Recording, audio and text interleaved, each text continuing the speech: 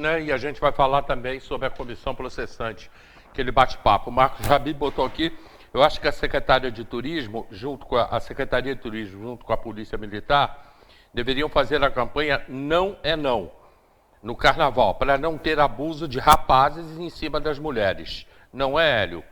Ele me pergunta o que eu acho. Não, tudo bem, ué.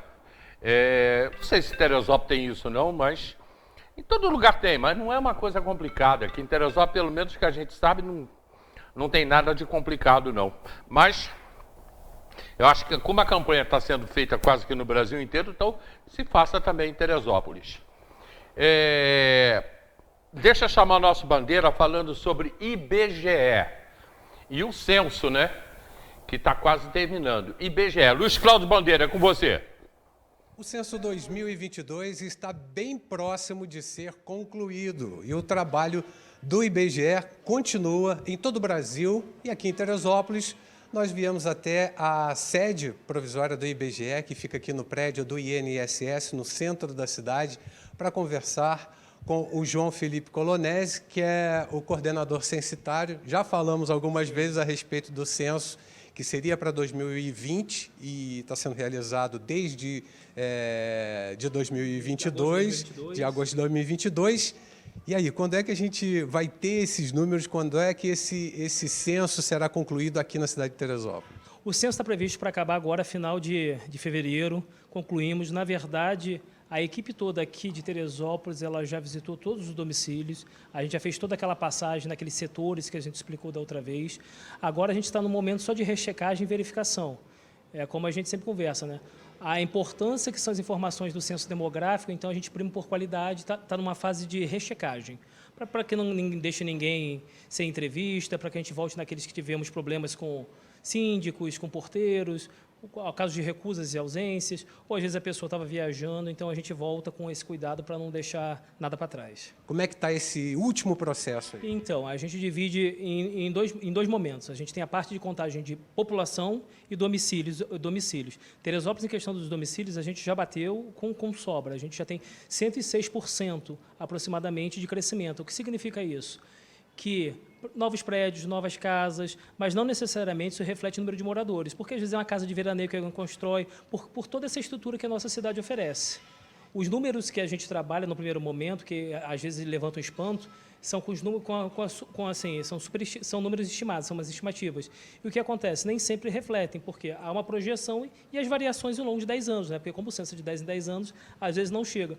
Por isso acontece o censo, para a gente dar um número exato do que está acontecendo aqui na nossa cidade. Meu Felipe, vamos falar um pouquinho da dificuldade que vocês estão tendo agora para concluir o trabalho por conta de recusas para responder o questionário, né? Esse é um problema que os recenseadores ainda estão enfrentando nessa fase final, né? Sim, o que a gente encontra ainda uma resistência do IBGE. Foi o que a gente estava aqui falando um pouquinho antes. A questão do cenário de ter acontecido no ano político, as pessoas acham que é para o partido A, para o partido B.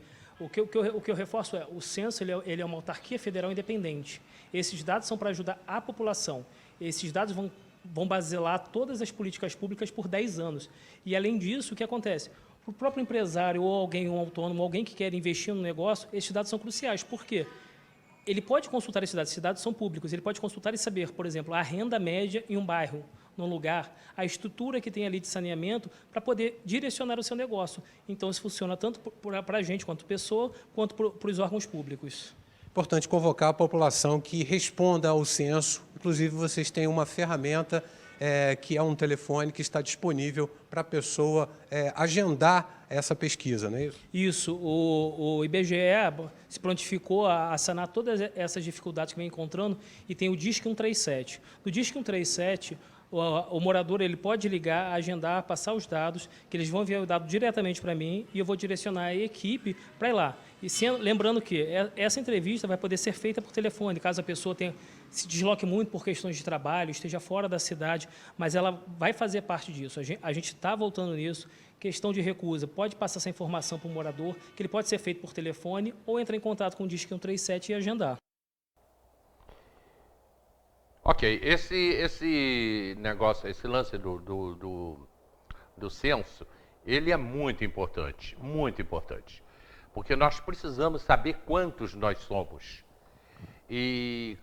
Nós somos em Teresópolis também. Eu acho que a gente vai bater aí os 200 mil habitantes. Já estiveram na minha casa e tem gente que não quer responder ao censo. Teve gente que já falou para mim, em casa eu não quero saber. No governo não tem que saber o que eu tenho dentro de casa. Não é isso. O censo não está perguntando o que você tem dentro de casa. Ele quer saber exatamente o número de pessoas que hoje habitam Teresópolis e no Brasil. Já tiveram na tua casa, Vanderlei? Bom dia. Bom dia. Tiveram sim, rapaz. E, inclusive, não que me surpreendesse, mas eu entendi a seriedade do trabalho quando eu vi que eles andaram por lá atrás da mesma pessoa. Ou seja, se eles têm aquele compromisso, naquele mapeamento, onde vai, de tanto em tanto, ter que entrevistar aquela pessoa, eles realmente só depois de conseguirem esse resultado é que dão por feito o serviço, né? Tanto que agora estão na repescagem justamente para sanar essas dúvidas. Certamente que o censo vai dar um número bem aproximado do que, de fato, é a população do município. A gente precisa, eu acho que o país precisa disso, né? Esse censo, dessa vez, ele veio até com atraso. Você acha que a gente atingiu aí 200 mil habitantes? É difícil, né? Porque a cidade teve um crescimento nos últimos anos, mas não necessariamente um crescimento que reflete, talvez, na população.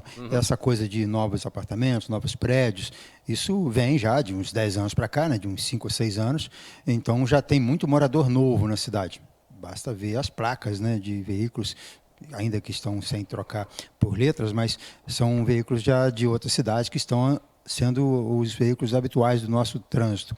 Então, é possível, sim, quem tenha ultrapassado os 200 mil, mas o importante é saber a qualidade desses 200 mil, né? Quem são essas pessoas, né? Porque nós temos que... O censo é importante porque vai identificar quais as carências, quais os tipos de morador em cada localidade diferente da cidade, inclusive no interior. Nós temos uma realidade do interior aqui. Se você olhar o censo de 1920, a população urbana, ela era 30% da população do município, 70% era população rural até os anos 10 e 20. E hoje, logo no censo de 40, isso já inverteu. Você passou para 30% no interior, isso 40%, lá atrás, antes da estrada direta, né? Antes do fim do trem. Então, ou seja, hoje cada vez menos gente morando no interior. Mas será que é isso mesmo? De repente o censo vai mostrar que tem mais gente agora migrando para o interior. E é uma realidade. Você vê Santa Rita, Cruzeiro, Vargem Grande, Bom Sucesso. Tem muita gente da cidade mudando para o interior porque essa comodidade da internet, da rede social, da facilidade de se falar, né, pelo WhatsApp, de se resolver no home office, isso tudo vai talvez levar as pessoas buscando o sossego do interior e aí pode fazer um processo migratório ao contrário. O censo é muito interessante. Eu vou me divertir com esse resultado do censo. Mas eu estou curioso em saber realmente o resultado do censo, quantos nós somos, exatamente por isso, porque a gente vê muita gente morando aqui, que veio de fora, saber quantas são essas pessoas, né? E tem também o caso dos estudantes, né, de faculdade, da Universo, né? Que também entram no censo. Né? O censo ele vai servir, inclusive, para o empreendedor, para as empresas, né, entenderem o mercado. E esse é o grande pecado que se cometeu com o país, de a gente ter ficado tanto tempo sem fazer um censo, ou sem fazer um estudo intermediário até esse censo geral, como foi feito agora. É a partir do censo que você tem as expectativas de quem nós somos, né? Tanto que as pesquisas eleitorais na eleição passada, os institutos tiveram que trabalhar com índices mais de 10 anos ultrapassados. Então, atribui-se a os erros das pesquisas que os institutos cometeram na eleição, justamente a essa falta de uma referência, que o censo é uma referência também para as pesquisas, não só as pesquisas eleitorais, mas outras pesquisas de mercado. Com certeza. Vai ser muito importante para a economia, inclusive, muito importante isso. Para a economia é importantíssimo. Marcos Habib te fazendo uma pergunta. Eu queria fazer um censo religioso em Teresópolis. Eu acho que evangélicos cresceram na cidade, mas por causa dos neopentecostais, não os evangélicos históricos. Você concorda, Vanderlei, que os evangélicos cresceram? É possível que o censo vai dar esse caminho, né, desses últimos 10 anos, e é possível que tenha crescido sim. Não, mas eles não fazem essa pergunta, não. Fazem. O censo tem também tem como medir também a religião e tudo mais. não pergunta para todos. Os questionários são diversificados, Porque para entendeu? mim não me perguntaram Conforme isso, o público, né? Mas é muito difícil saber, porque nós temos a questão do crescimento do evangélico ou do cristão evangélico ou do cristão católico no país.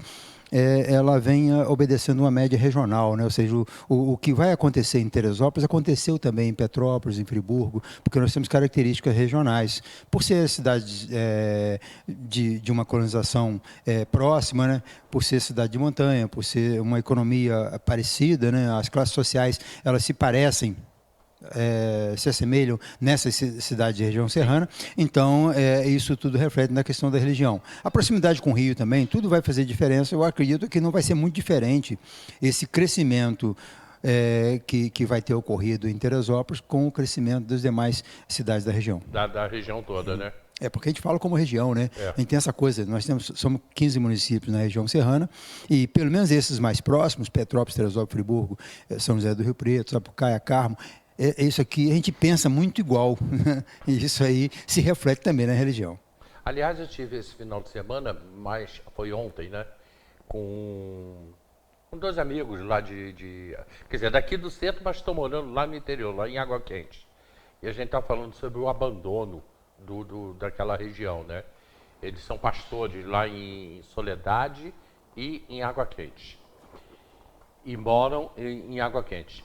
E eles estavam falando sobre o problema de você circular. Para eles, por exemplo, que tem que ir de carro, e tem que ter muito cuidado, porque quando se pegar a estrada de Água Quente de motas, vai quebrar o carro. Tanto a dificuldade que está rolando. E ele falava também do número de pessoas que estão indo morar no interior.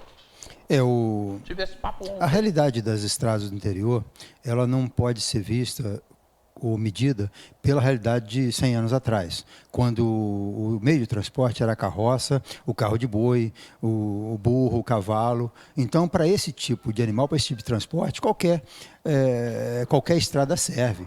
Mas hoje, as estradas do interior têm que ter uma qualidade parecida com as estradas da periferia ou da própria cidade. Não de uma reta ou das ruas principais da cidade, mas pelo menos das ruas de bairro. Então, não faz sentido hoje, com uma economia forte como a gente tem, a gente está à mercê de estradas que ficam pessoas ilhadas mais de semana, porque uma ponte caiu, virou pinguela e tem 1 ano, 2 anos que a prefeitura não resolve. Ou então de ruas onde a água não é canalizada, então ela passa por cima da rua, destruindo a rua a cada chuva e chove praticamente toda semana em Teresópolis, né? Então a estrada realmente, o interior realmente está muito largado, mas não é uma culpa desse governo específico, né? Já vem de mais de 10 anos ou até de perto de 20, que não se dá muito atenção ao interior. Como eles têm o agricultor, ele tem seu jeito de se virar, já compra um carro mais bruto, já dá a sua solução, né? A prefeitura acaba largando o interior para lá. E não era para ser assim, porque nós tivemos governos passados, isso lá dos anos 50, que fazia das estradas do interior uma prioridade, né? Então, você tem período ali do Janote, do Malhardes, do próprio Dr. Valdir, tinha pessoas realmente interessadas e que entendiam o interior para fazer manutenção das estradas, para ter essa ligação, né, dando importância à agricultura. Sim. Isso não está acontecendo. Quem anda pelo interior percebe que são caminhos de rio, né? Como se fosse aqueles caminhos que se faz no Rio Seco. Então, não tem condição nenhuma de alguns lugares se andar. E com mais gente morando no interior, fica mais difícil ainda, porque aí você tem uma demanda maior ainda por uma estrada melhor, uma estrada como se fosse uma rua pavimentada de cidade. É deprimente esse quadro, e não é de 1 ano ou 2, é de 5 anos ou mais já que esse interior está largado e fica cada vez mais largado, né? Tanto que a prefeitura não tem uma política de ter um secretário qualificado para o interior. Não, vamos pegar aquele cara porque ele entende interior, como foi para o governo Luiz Barbosa. O Celso colocou colocou o Luiz Barbosa para ser secretário do interior. Uma pessoa que entendia do interior todo e que era do trabalho, né? O Luiz Barbosa era do trabalho. Já trabalhava desde garoto. Então, aí você vai colocando nessa secretaria, quando não sobrou nenhuma secretaria, contempla o camarada com a Secretaria do Interior. Isso é muito ruim. E isso vem sendo uma prática dos governos nesses últimos anos. Na sexta-feira aqui no programa Debate, a gente conversando com o Zé Carlos Faria, falamos sobre subprefeituras. Você acha que subprefeituras lá no interior seria importante? Digamos, uma em Água Quente, outra em Bom Sucesso? Essa conversa sobre prefeitura sempre surge quando quando tem em vista uma política está chegando, né? Quando a campanha está chegando, sempre se fala em subprefeitura, porque aquele possível subprefeito de região já se assanha com aquele candidato. Mas é um erro. As subprefeituras não funcionaram onde foram instaladas, né? Petrópolis já teve, várias cidades do estado já teve essa experiência e não funciona, porque o poder nunca vai ter numa subprefeitura uma estrutura capaz de dar o atendimento como se fosse uma prefeitura. E as demandas do interior não são necessariamente demandas de uma prefeitura local, que seria uma subprefeitura. O município é próximo.